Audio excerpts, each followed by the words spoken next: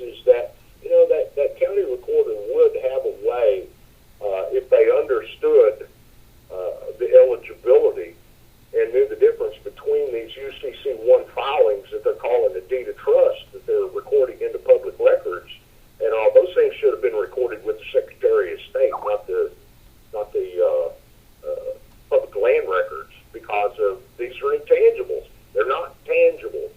It's not the paper note. It's not the paper security instrument. We're talking about an electronic promissory note that doesn't have a law to support it, and we're talking about an instrument, security instrument, that they stripped away from it to give a computer the position of holding title to it. How do you do that? Well, here's the main question. I think that the people following us and gradually learning about what you're saying and gaining understanding agree. And they're going, okay, this is correct. I can understand it. You've explained these, but here's the problem. How do the people go about fixing this? So, for example, in this case, these people had a fraudulent foreclosure.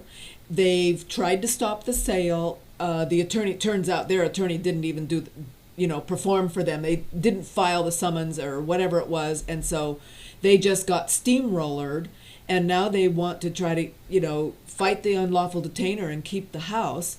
And so how do the people move forward? What can we do? Any ideas on that? Well, if somebody is, here in Texas and all, there were a couple of places around. I don't think they were too far here from the Austin area where the residents in the counties and all were going through and filing suits to remove their elected officials because they weren't doing their job. Now that may sound extreme, but the more this keeps being prolonged, the more people there are going to be that are going to get involved in this. And it's sad that it has to get to that point, but that's probably what's going to take place. Now, how are the people going to act? Are they going to act in a civilized manner, or are they going to act in a violent manner? I don't condone violence and all, but, I think our forefathers did a pretty good job of, a long time ago, of throwing tea overboard a ship to show someone they meant business. Right. Well, and this, fire all these people, that's going to take some time. And unfortunately, it seems so many incumbents get reelected at any level of office. It's going to really take a movement of understanding, because only when the people really understand what's going on do I believe that they're going to get motivated to make changes. I agree. And if they understand that all they need to do is pay attention to paper and not the electronic side that these emerged members are throwing at them, then they can cut down on their confusion. Because it doesn't, I really don't care what they did with it, if they put it in a trust or they sent it everywhere else. Whoever's coming to claim on it and all, if their name wasn't recorded, they're not the party. Right. Those two are contracts. I signed a contract. One of them was called a promissory note. The other one was called the deed of trust security instrument. I didn't know that they were inducing me into committing securities fraud whenever I did it. And my mind was blown whenever the judge said, well, you signed that and that's what it says in there in it. Well, obviously, Your Honor, you don't understand that you're allowing them to commit the crime if you want to say you want to hold me for that verbiage that's in that deed of trust. Right. Because in no way would I ever commit securities fraud. Now, but that's exactly what they've allowed to happen. And all with that wording in those, whether it's a merged deed of trust or it's a Fannie Mae, Freddie Mac security instrument. Right. So like you've said, focus on the tangible, and that the fact is the tangible didn't get done right, basically. Tangible and the laws that are attached to, they govern those two tangibles. Now, don't go everywhere else. That's just part of their ploy to keep you from understanding this and all, because that's separate. It's separate. And people hear that whenever they go into court or they go to claim with a pooling or servicing agreement or whatever, and they'll tell you you're not a party to that. Same way with like a MERS electronic tracking agreement or whatever. All of those instruments show what they did and how they did it to make it an intangible. Right, but that's not the point. The point is Not about the tangible. exactly. Forgot the tangible side, and so leave that side, the intangible, alone. Let's talk about the tangible. If you're talking about it, then you're not a party to this. Okay, so Better. You should have went after him. in summary, then, the tangible mistakes, I'm going to call them mistakes, that the servicers have done in the fake documents, foreclosure document, all that stuff, they didn't do it correctly. That they violated the tangible statutes. That would be the basis for a quiet title action and a claim for the Fair Debt Collection Practices Act. Well, it may be possible. I'm not a lawyer, so I can't really give a whole lot of information on that side of it. But right, they stick with the tangible. right, Stick with that, and you should be okay, because the MERS side of it and all is not. If you look at it, e-sign works. E-sign and UETA. E-sign is for electronic signatures.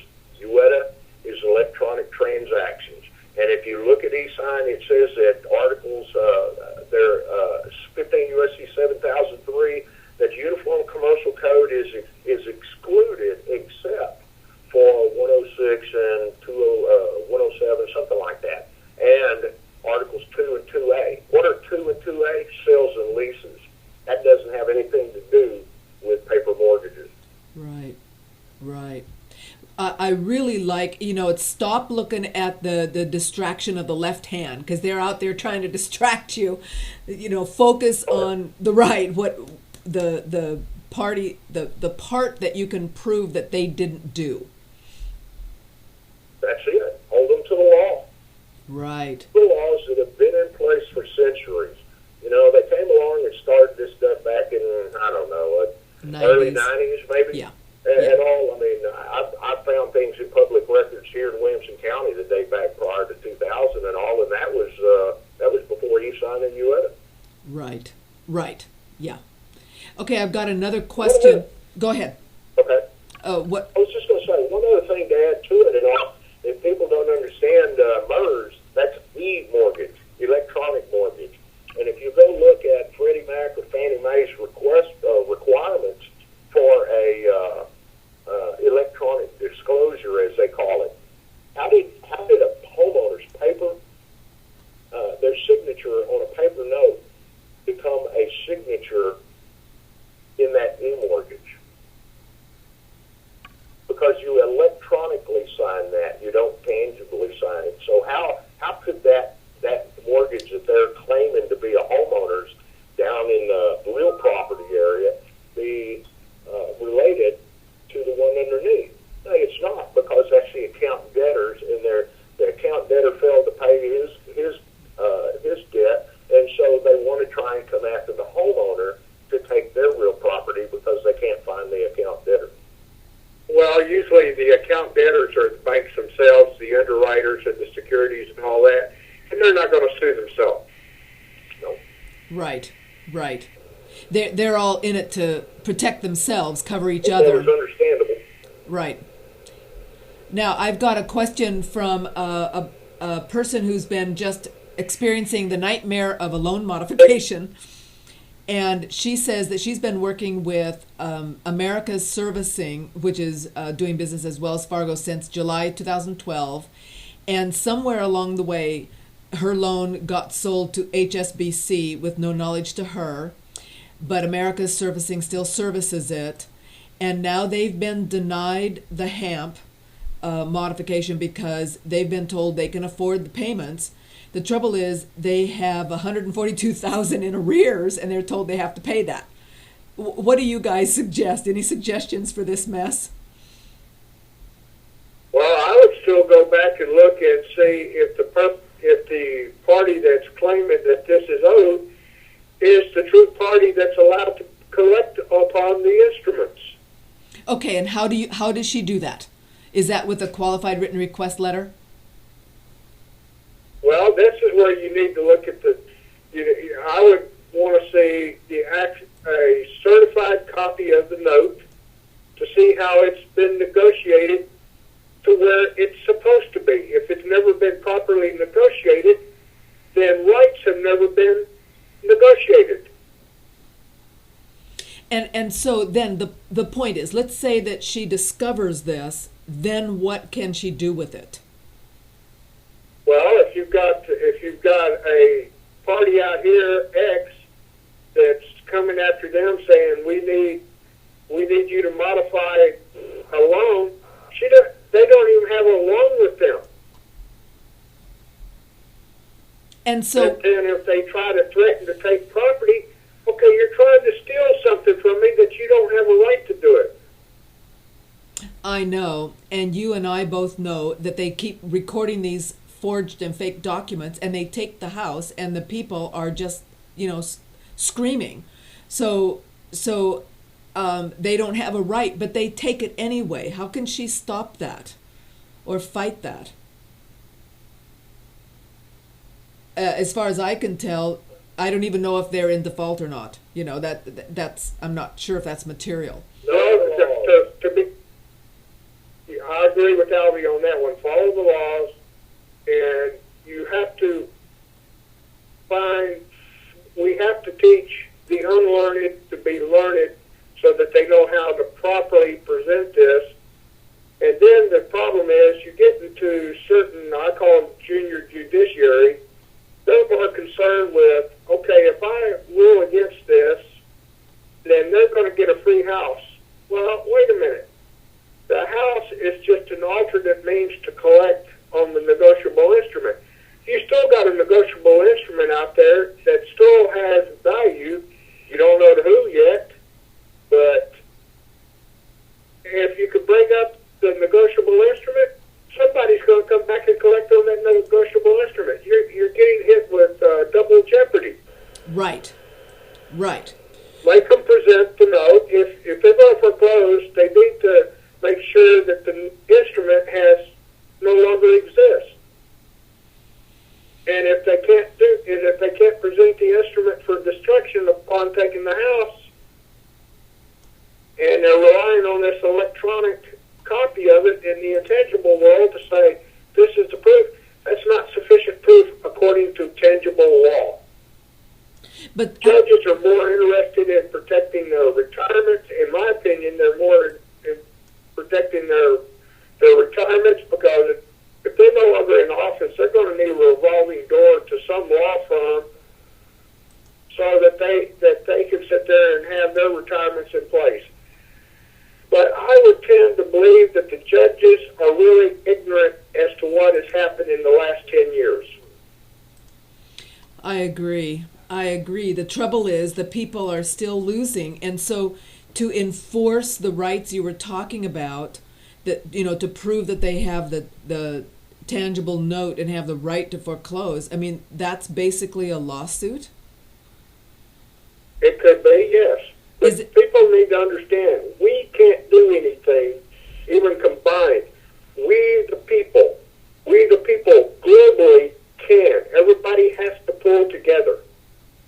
And to do that, we have to get past our selfish interest and congregate as a whole to fight this evil that is taking place.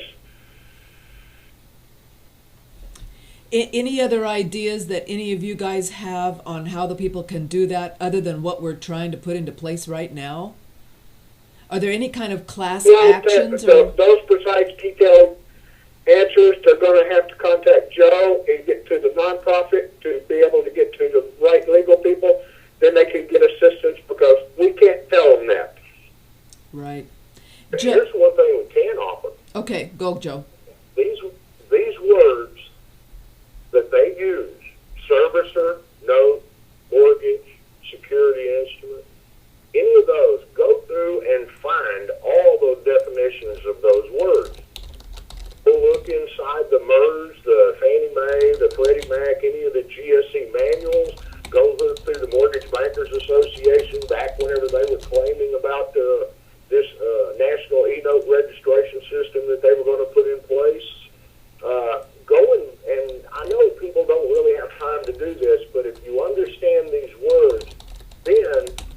probably have a better way to deal with it. For instance, servicer. You think a mortgage servicer and all, you think, well, it's the way it was even with paper and all. It's a secured thing. But if this deed has been separated from this note, it's an unsecured note. So where is the servicer there? All right?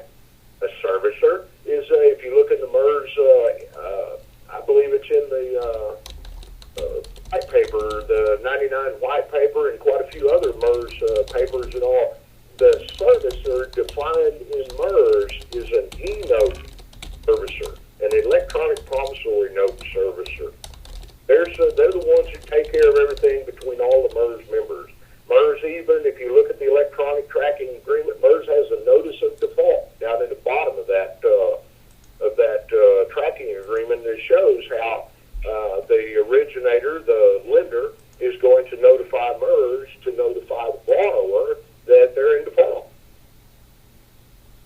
So you see, if people would come to understand some of these words that are being used, now they can separate the tangible and the intangible because they would know. So are you speaking of an intangible servicer? Or are you talking about the tangible servicer? Or are you talking about a transferable record, an electronic mortgage, or that's governed by UCC 9? Or are you talking about a mortgage that's governed by Article 3 and real property laws? Right. So, if we get some clear the air and understanding some of the words, because we use so many that most of them we don't even realize what the definition to them are anyway. So, but it's very important in this because you're talking about precision. If you want to assume a word when they give it to you, it's a mistake. Right.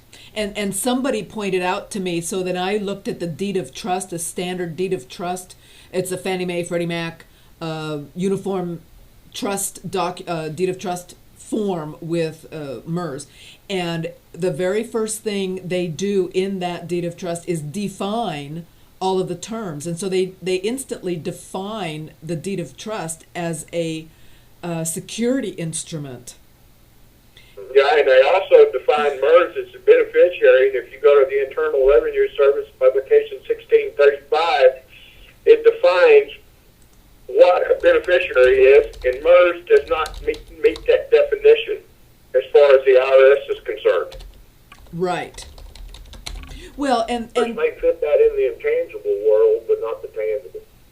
Correct. And see, this is what you guys are actually helping us understand is how to pull apart this smoke and mirrors thing that they've done to the country and the planet and all the entities, everybody else in the world, that, the investors and the borrowers and the counties and the recordings and everything, because it's affecting everything, because it's taking real property and messing around with it in definitions that don't work, don't match. They've patched this together, and as long, like you've said, I think most of the judges, most of the attorneys, the prosecutors, most of the people have just made assumptions on the definition of the terms rather than doing like you. Well, there's one thing that most people do not realize. When you get to this housing and this mortgage crisis and all that, that's just a small portion of the whole magnitude of what's taking place. Another aspect of it is the fact is when you take these mortgages and you put them in the intangible world, you create these credit default swaps, and these credit default swaps pay off. They're paying off in intangible money.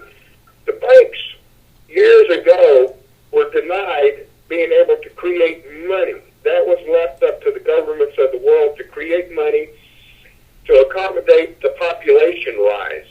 Well, that restricted how much money the banks could make. So now we've got these intangible dollars in all of this, and the banks are creating all of this intangible money and wealth. And eventually one day, if it's not halted, the governments of the world and their tangible creation of money is going to become outdated, and the banks will then have all the intangible wealth in this world, and tangible wealth will no longer matter. And since real property is based on tangible, well, I guess the banks will own all the real property. Right, right. That's been one of my real pet peeves, is that they create intangible money with out of nothing, and then they use it to take the tangible assets.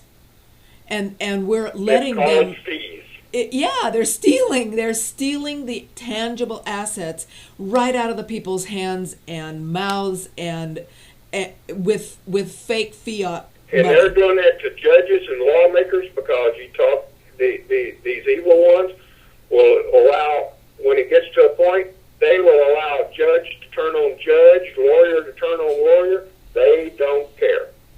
Yeah, rats on a sinking ship tearing each other apart. Yes. That's why, and earlier in the live stream, one of you talked about, we don't know if this is going to go into violence or not, and I'm totally against the violence. I believe the people are smart enough to figure out movements without the use of guns. They're just begging, I swear, they're begging for us to just get our guns out so that they can come squash us and take our houses even faster. But if we're smart enough to... Remember, most military and law enforcement are tangible people too. Exactly. We just really need to forge ahead as fast as we can with a better solution to stopping this theft of our homes. Anything else you guys can share for anybody? You please understand, there are people listening that have not even yet defaulted. They are underwater. They may not be underwater. They may be trying to help neighbors that are underwater.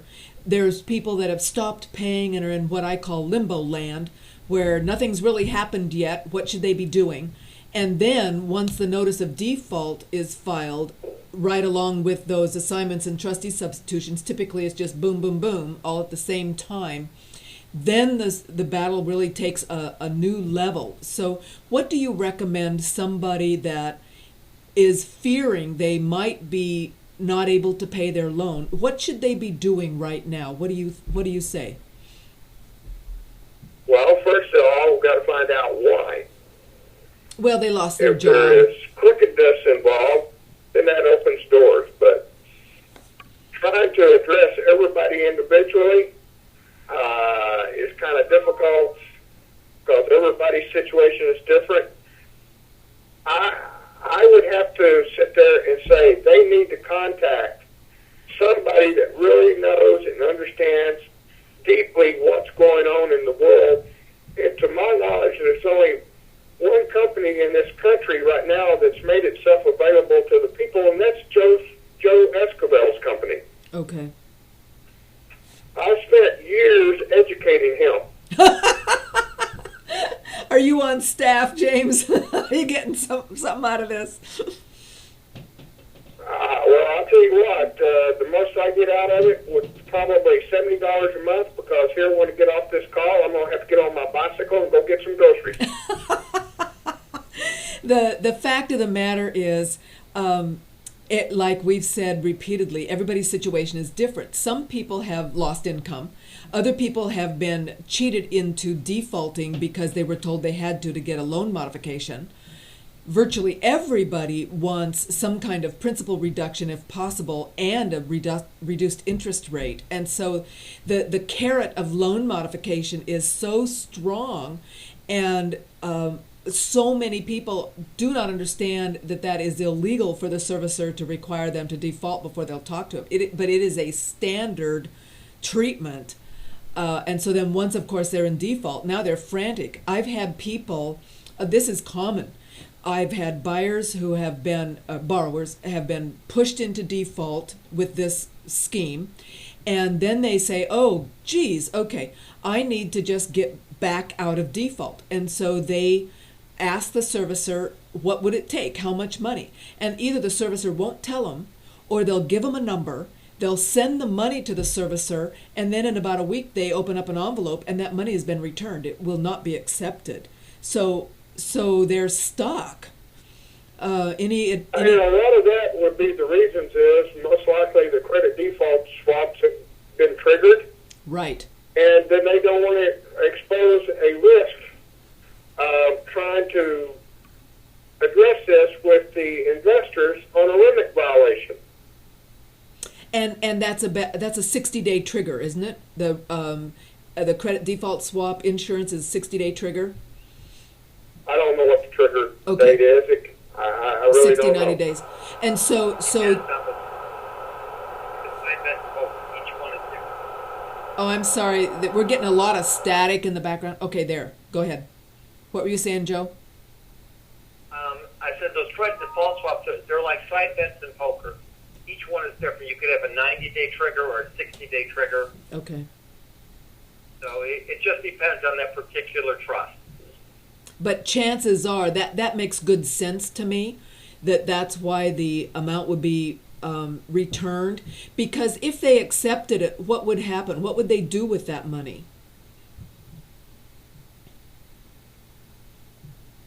Well, that's a good question. They should turn it over to the insurance company that issued the credit default swaps. But will they?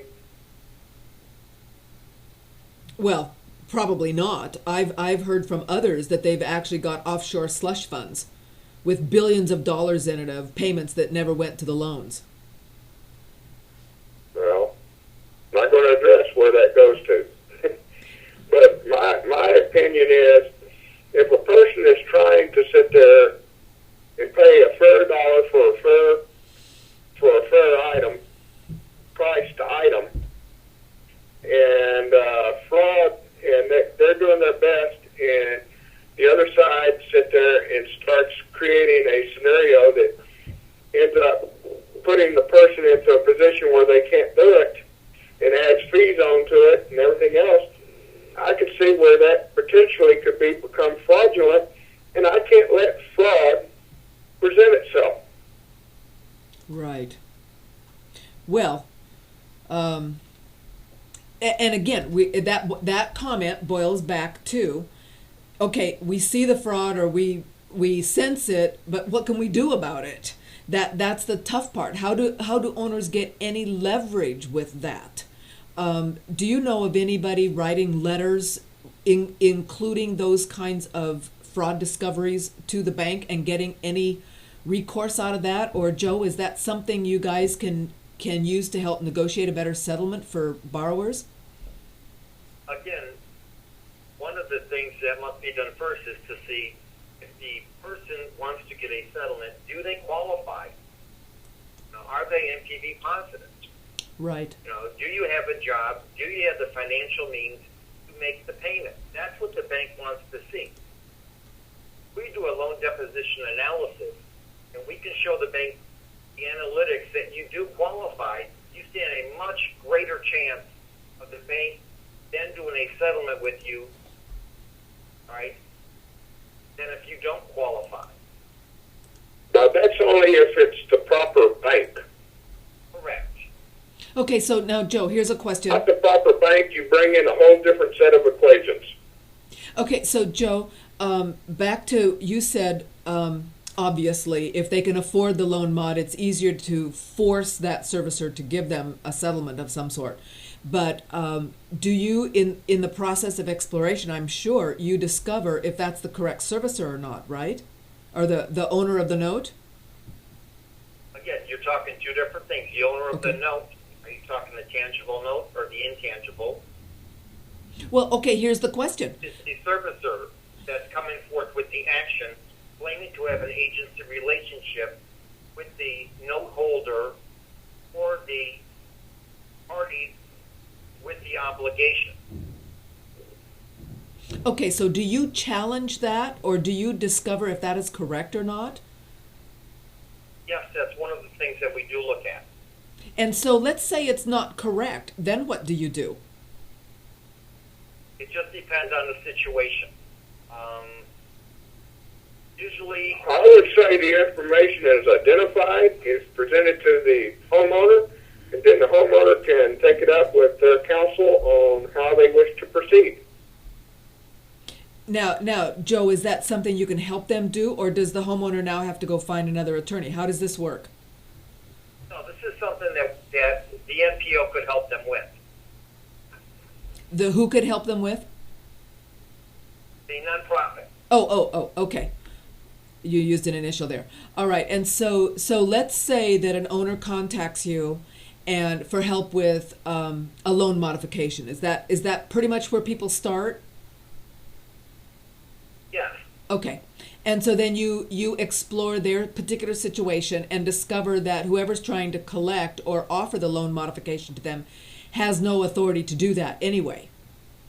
And so then what happens? The nonprofit can do what? Help them.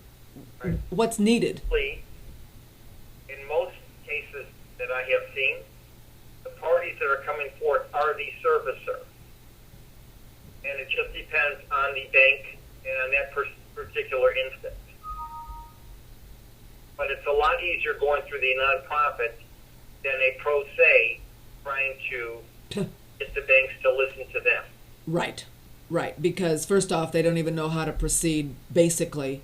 And secondly, they're just an individual, so the bank is going to think they can just chew them up, and probably can. Right. The banks want to see the analytics, right, from the analysis that we can do, the loan deposition analysis, that shows, are they net present value positive? Can they afford this if we give them a settlement? Yes or no? And if we can show them all the information that they qualify for, right, it's a lot easier where the bank will say, okay, what's it going to cost us to foreclose? What's it going to cost us for a short sale?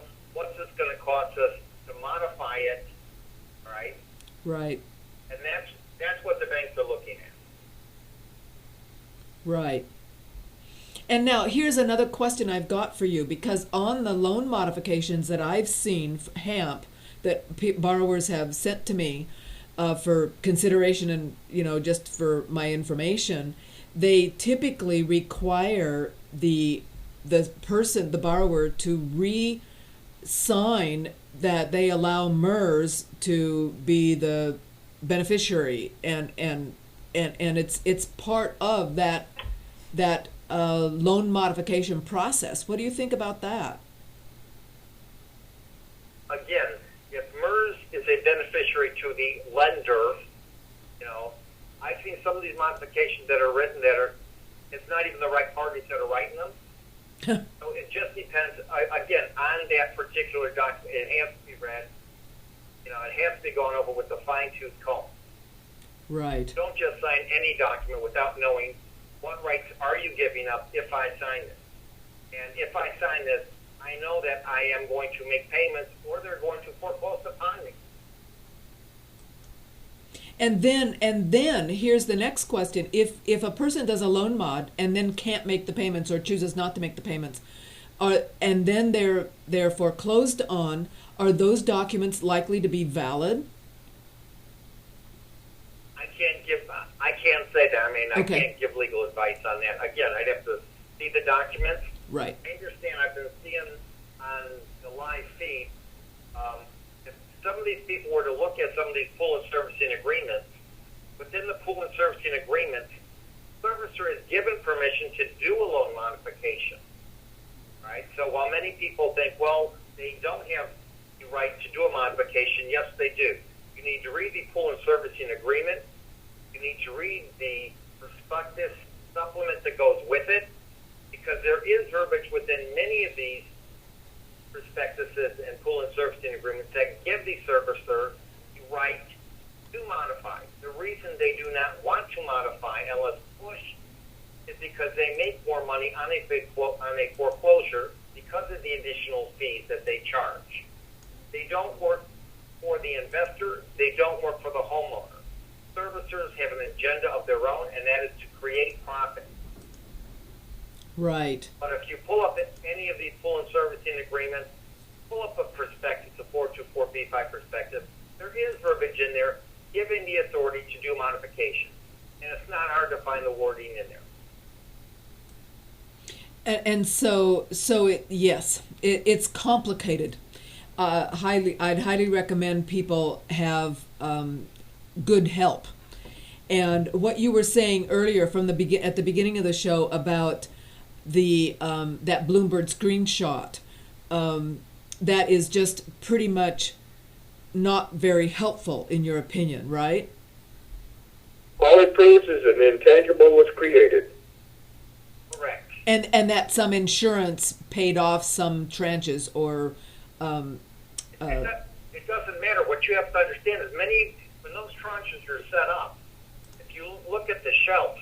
Many of them only have a shelf life of 2 or 3 years. They're over-collateralized on purpose.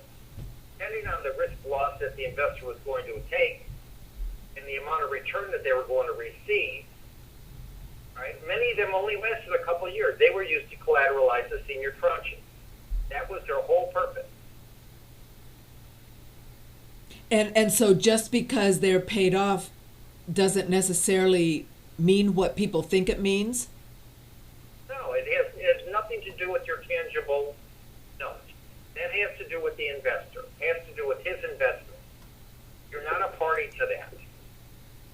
It's just showing that the intangible was created. Here's where the payment stream went.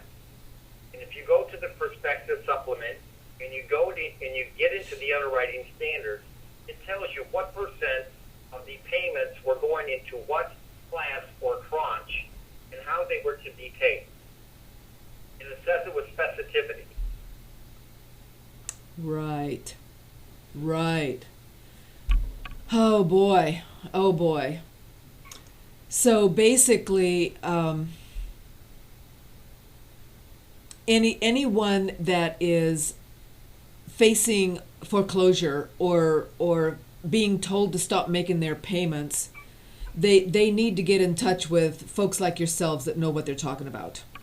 Is that pretty much the summary of today's show? Well, I agree with James. You need to understand who is giving you this information and what is the reason that they're giving you the information for. I mean, are they giving you true and accurate information? Are you in a judicial state or a non-judicial state? If you're in a judicial state and someone comes forth with an action, all right, many times they have to file a complaint against you. When they file a complaint, if I was in somebody's shoes and I knew that this was the wrong party, I would file a motion to dismiss for lack of standing, because this is not the proper party coming forth with this action. Right. Doesn't mean that you don't owe somebody an obligation. Correct. Right, but you have to have the right party. What we're saying Correct. is this is not the proper party to come forth with this action. Right. Right. Now in most of these securitization cases, these 60 million MERS loans, is it possible for the right party to come forward with action to collect?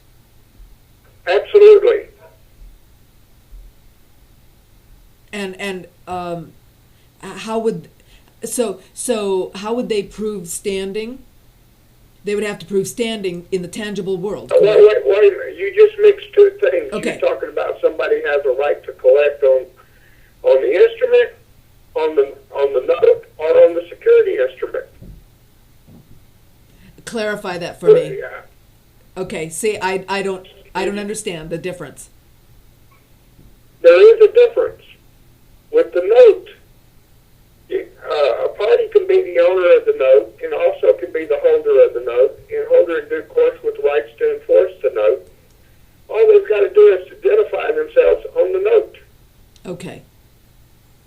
Or if, in the other aspect, since it's a bearer instrument, if they've got it in their hands and just claiming, I'm in possession. Okay, are you in possession of the note with rights to enforce the note? Or are you just in possession of the note as a custodian that has no rights to the payments? It makes a difference. Security instrument is a total separate contract that has to be in compliance with law to remain attached to that note. And James, is that what we're talking about when we say they have standing? They could have standing. There's very possibility they could have standing on the negotiable instrument if the instrument is of full value and is the correct party. But if you've got a subsequent purchaser of the negotiable instrument, the homeowner's note, that is endorsed in blank and has gone through multiple parties, and you're dealing with an intangible that still exists, they don't have rights that rights to the payment stream off to somebody else. Right. Don't have rights to collect the payment stream. Right. Right. It does get confusing. Definitely. Yes. Now, on a couple 3 weeks ago when you were on the show, you guys talked about the Fair Debt Collection Practices Act and filing lawsuits on that. And I asked about some kind of, if you will, boilerplate or help that people could get. Have you been able to move forward with that in any way? I'm going to have to let Joe answer that one. I'm sorry, can you repeat it? I lost you. Oh, I was talking about that if you will, a boilerplate type action for people to use or work with you on for the Fair Debt Collection Practices Act, some kind of a lawsuit for that. CPA, the FDCPA Yeah. is a great tool. As I'm using it myself in my particular situation. Again, for my particular situation, I have a third party trying to collect a debt that does not belong to me, that I have discharged years ago in my house. Okay. So in that situation, yeah, it's been opined by many, probably at least 6 different state courts, Supreme Courts, that any attempt to collect, any attempt to foreclose is a collection practice of a debt. Right. Right.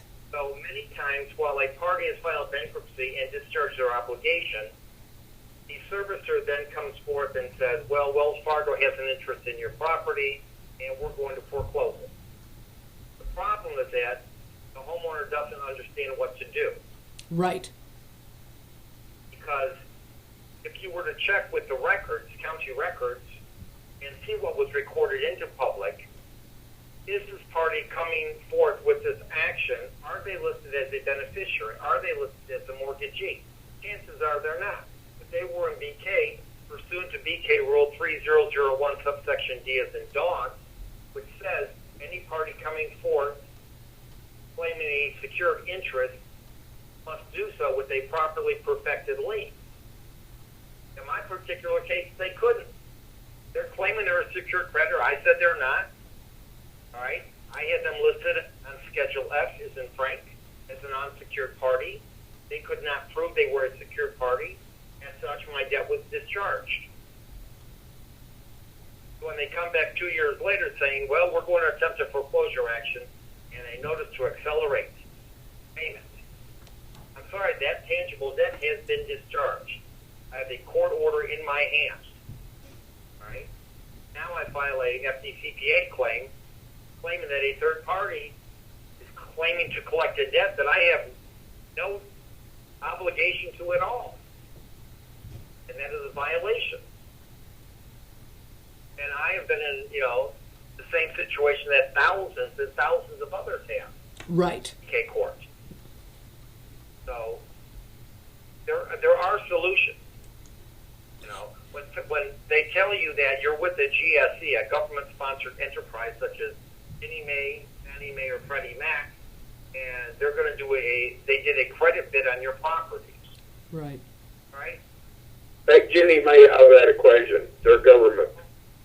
Correct. Ginnie Mae is backed by the government. Freddie and Right. Fannie are private. Right. All right? So when they claim that Fannie Mae did a credit bid, all right, what they did was they're doing a set-off. All right? They're claiming ownership that they do not have. Right. They're not listed as mortgagee. They're not listed as beneficiary. They don't do it in the Federal National Housing Association. Right.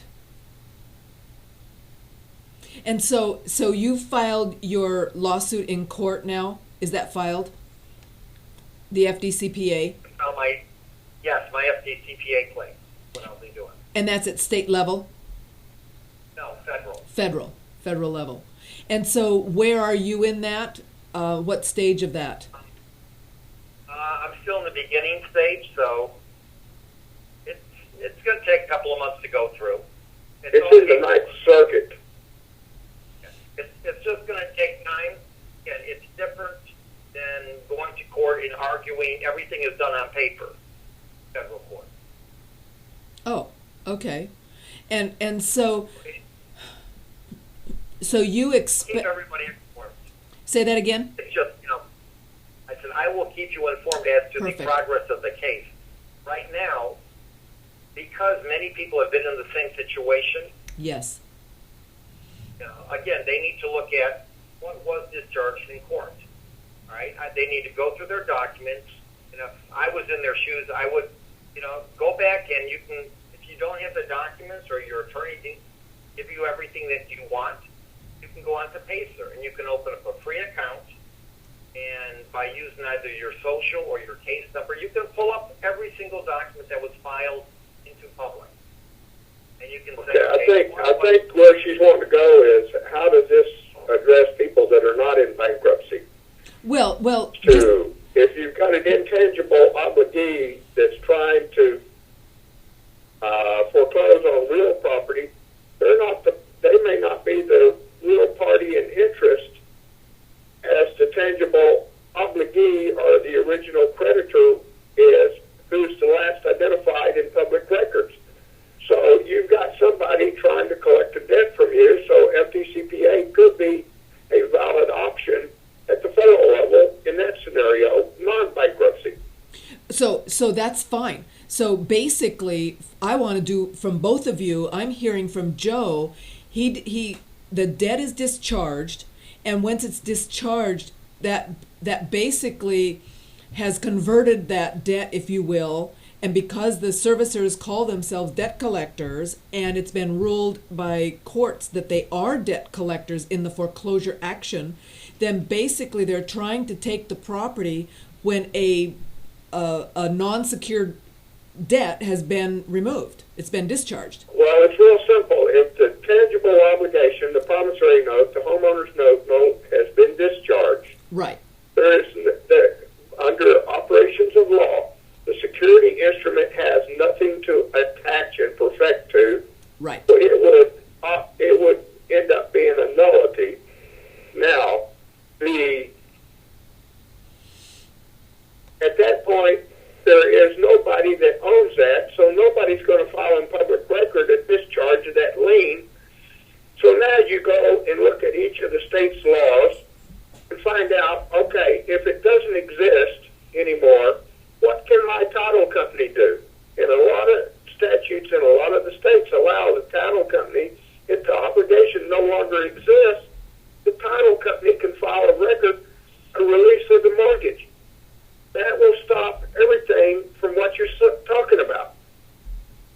And so, Joe, to just get back to where you were talking about, the people can actually get onto Pacer, find this information, and you were focused or explaining about those that have already filed bankruptcy and had the debt discharged and are now fighting foreclosure. And James, you're talking about using a similar technique, this lawsuit, FDCPA, because it's the same thing. They're still debt collectors. Whether the debt has been discharged or not, it's a debt collector and it's not connected to the property, right? You still got an intangible obligee trying to collect from a tangible obligor, and it just does not stretch that far. Right. So, Joe, we're getting a lot of static. I don't know what that's about. I'm not sure who that is. The statute that James is referring to, Yeah. for example, there is one in Nevada. Yes. That falls under Nevada statute 107.077, and they have a specific time frame in which the title company needs to act. If they don't act correctly, they're liable for up to $1,000 fine. Okay, and the title company needs to do what within this time frame? To contact, in my case, it'd be the beneficiary and request a reconveyance. Ah. That was my very next question. How do you get this thing off the property record? How do you get the loan reconveyed? So you go to the title company and request that. If the title company refuses, sue the title company. And this would be, you would request the reconveyance after the debt was discharged, or after you win your lawsuit on the FDCPA lawsuit? Well, they have an exact time frame. It says for Nevada is once the debt has been satisfied for discharge, there's a specific 60-day, 30-day, and 90-day upon notice. Okay, so in bankruptcy, the people that have already filed bankruptcy and had the debt discharged but are still on the property and trying to fight foreclosure, they should contact any title company, a title company. No, they have to go to their title company. Their title company. And the closing documents with. Okay, so the title company they have their title insurance policy with on the property, and demand that they, whether it's the Iowa state statutes on releasing the lien. And so Nevada, you quoted, has some issues. It's either 30, 60, or 90, probably depending on what issue. So the other states, the people could research that to find the statute that applies to themselves. And then let's say it's 60 days. And so then they would send a letter to their title company demanding that they request the reconveyance from the beneficiary. Well, you're going to have to show evidence. Right? Yes. The loan has been discharged, so it's a debt. So you're going to have to show a court order. You're going to have to show documentation that this particular loan has been satisfied or paid off. Discharged. Right. Into the bankruptcy. Okay, so Joe, you could do that because you said you'd gotten the loan discharged in bankruptcy. Correct. So Joe would do that. So anybody that's gotten the debt discharged in bankruptcy can actually get that, and probably should, as soon as possible, demand that their title company reconvey that loan. Well, before that's a choice they'll have to make. Just said what, Joe? You're going to have to check each state-specific statute to make sure they have the correct statute, so you don't go in there with guns blazing. Right. Understand? Push them. Okay. Thanks. That's the statute.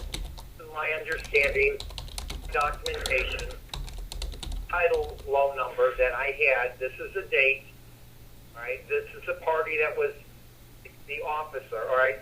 Have all your ducks in a row when you show up. So you look like you're properly prepared and you understand what you're talking about and you're professional at it.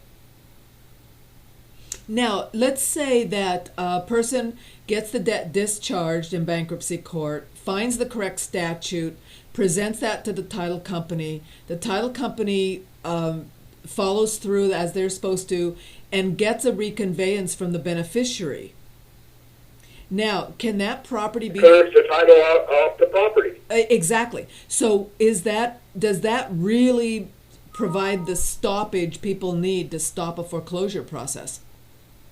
Well, if you cleared up the clouded title, I think it would.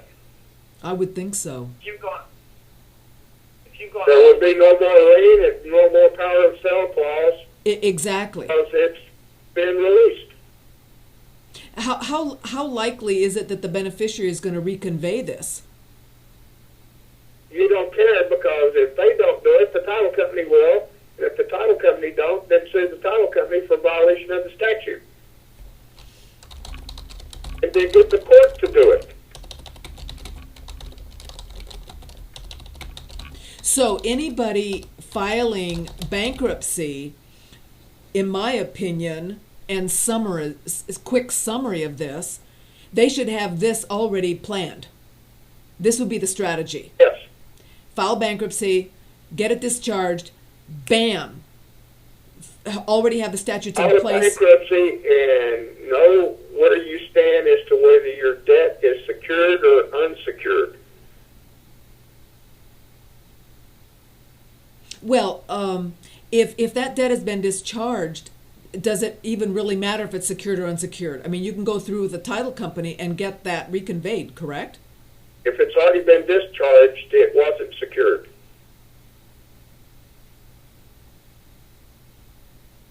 You mean in bankruptcy court when they discharge? If they discharged the obligation that was supposed to have a security attached to it that wasn't, and it was discharged, it says that that security was never attached. Well, people are going into bankruptcy court and getting their debt discharged anyway. Right? They're going in and getting their mortgage debt discharged. So regardless of the question if it was secured or unsecured, the debt has been discharged. And what I'm saying... It's a negotiable instrument that's secured by a mortgage. Right. So if the mortgage is not perfected of record, then it's not a secured debt. Well, and I understand that, James, but what I'm getting at is that argument is really doesn't necessarily pertain to this strategy necessarily. If a person goes into bankruptcy court and the judge discharges that mortgage, that note, that debt, and then the person can take that court order, that bankruptcy court order, go to the title company and demand that they follow the statutes and get the reconveyance from the beneficiary, that should protect them against foreclosure. Correct. Well, I'm telling you, the people don't know that. I don't know that. This is the first I've heard of it. And... Well, go read the statutes. I don't have time to read all the statutes. I'm dependent on you guys. Come on. So the facts are, if people filed bankruptcy, and correct me if this summary is wrong, please, then they have this strategy in place, then basically they can keep the house because the note is reconveyed, and then a servicer can't foreclose, even illegally. They can't fake documents. Yeah, but if you go into bankruptcy and you go in with a secured indebtedness where the security is attached to it, the courts will not discharge that obligation. Okay, so this is what we go back to when you file your bankruptcy on your Schedule F, right, as in Frank, you say that the house debt is unsecured and force the... And you better damn well be able to prove it. Right. That's where MCI and Joe come into play. They're going to prove it. Right. They're going to prove it one way or the other. Either it is secured or unsecured. And in general, I keep saying, so correct me if I'm wrong on this, I keep saying that loans that were in MERS and, not securitized correctly, they have no standing. They can't prove that there's any standing for them to actually own the note or collect on that debt. Is that that's probably true in a lot of cases. True. Okay, all right. Because I understand, and a lot of people don't even understand that it's different, that whether it's a securitized loan or a non-securitized loan. If it's a portfolio loan from a credit union, these issues don't really apply in the same manner necessarily. And so if it's a portfolio loan with the credit union and the credit union's got all of its ducks in a row, absolutely, bankruptcy's not going to stop a damn thing. That's correct. And some people have been rather frustrated because, some of these solutions that we talk about, they don't work for them because, they have a private lender or it's a portfolio loan from some lender. But this is for securitized loans that were securitized incorrectly, and then the ducks, the owner has to line up his ducks in a row correctly, right, to make this work. He has to know every detail, whether all laws and statutes have been complied with or not. If they haven't been complied with, there is a defense. If all the laws and statutes have been complied with, it is what it is. Right. You guys, I really thank you so much. I don't have any other current questions. Anything else you can share to the people on how they can fight back and keep their homes? Please share. Contact Joe Escobar, and he can sit there and establish whether there is. He can establish the facts. Now, here's a quick question. Joe, do you have staff that can help? Because what if we get dozens of people all needing help all at the same time? I mean, individuals are just individuals. We can only do so much. We have a number of people in the office. Excellent. Excellent. And then what should an owner have what information as a beginning package? Do you have some kind of outline of the information an owner should, have at hand when they contact your office? Basically, when they contact the office, we would send them documents letting them know what we need in order to look at their particular situation. And would the documents actually go back to closing statements when they sign the note and deed of trust from that level forward? Basically, what we would look at if they have a copy of the note as it exists today, yeah, a copy of the security instruments, right, and copies of all documents that have been filed into public since the inception of the loan, right, along with anything that's been filed in the court, including any and all exhibits. Right. Because many times, if you're in the judicial state, the banks prefer a copy of the note that they're going to attack to the court as an exhibit. And many times it'll contain an endorsement in blank with an unnamed yet payee, or it'll have an endorsement stamped on it with a named payee. And it just... The documents pertaining to their situation. And each one of those items makes a big difference, right? Correct. And Right. James says you need all of the information put in front of you. Right, right. Well, guys, we really thank you for sharing your time with us today. And again, any questions, people looking at the live stream, you can email me, and I can pass them on to these folks. I'm hoping to get some information about how to contact these folks on my website so that you can bypass emailing me. That would be great. Anyway, we thank you so much for this, and we really do look forward to hearing about the FDCPA lawsuit, the progress on that, Joe. And definitely soon I'm going to get on my website and point out this strategy more clearly now that I better understand it, because I'm trying to learn from these guys that have spent years, decades figuring this stuff out and are willing to share it for us for free, so that everybody can learn more, be better prepared, and give more hope in saving homes from foreclosure and keeping people's homes. Most people just want a settlement. They want a loan that they can afford. And it turns out that's really hard to get because the servicers want to make more money, and they make more money by foreclosing. So it's not in their vested interest to work with us, even if they're legally allowed to and have that authority. So we appreciate you watching. Please be sure to keep sending us your questions.